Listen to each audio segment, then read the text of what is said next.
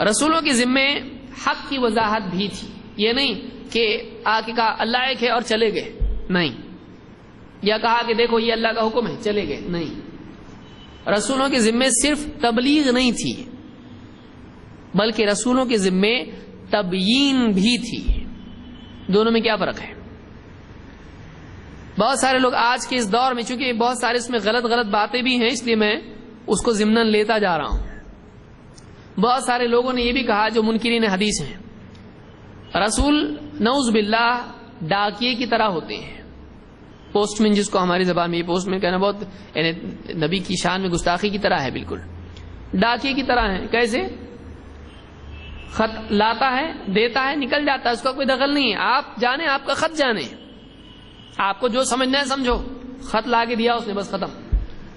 تو رسول کی ذمہ داری نعوذ باللہ ایسی ہے کہ وہ اللہ کی طرف سے کتاب یا اللہ کی طرف سے پیغام لایا، اس نے کہا دیکھو یہ اللہ کا پیغام ہے، تم جانو، تمہارا اللہ جانے.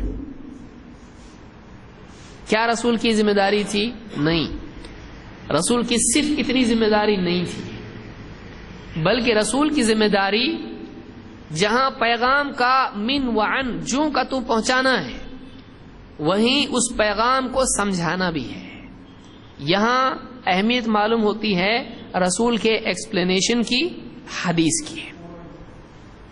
قرآن نے نہیں کہا کہ رسول پر صرف پہنچانا ہے.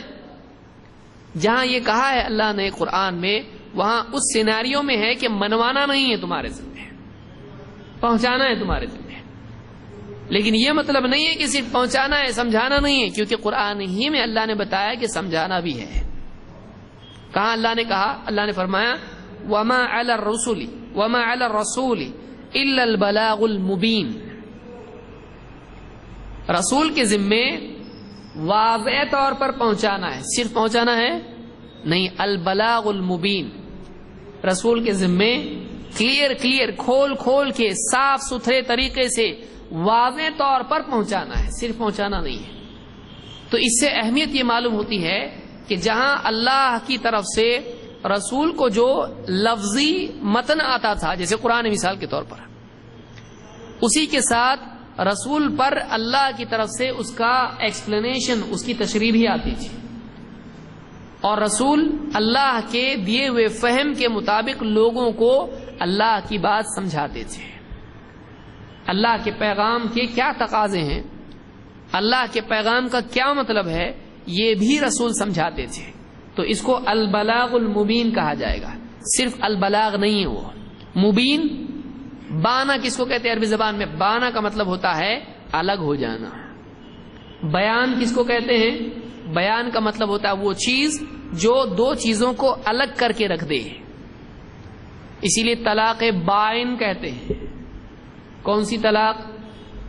بائن کا مطلب ہوتا ہے جب دونوں الگ ہو جائیں، بیوی شوہر. ایسی طلاق کے دونوں رجوع بھی کر سکتے ہیں؟ نہیں، دونوں ایک دم سیپریٹ. تو حق اور باطل الگ ہو جائے، کوئی کنفیوژن نہیں رہے، تو اس کو کیا کہیں گے؟ البلاغ المبین. کھلے طور پر، واضح طور پر پہنچا دینا. تو رسولوں کی ذمہ صرف پیغام کا پہنچانا نہیں تھا بلکہ اس کی وضاحت بھی تھی.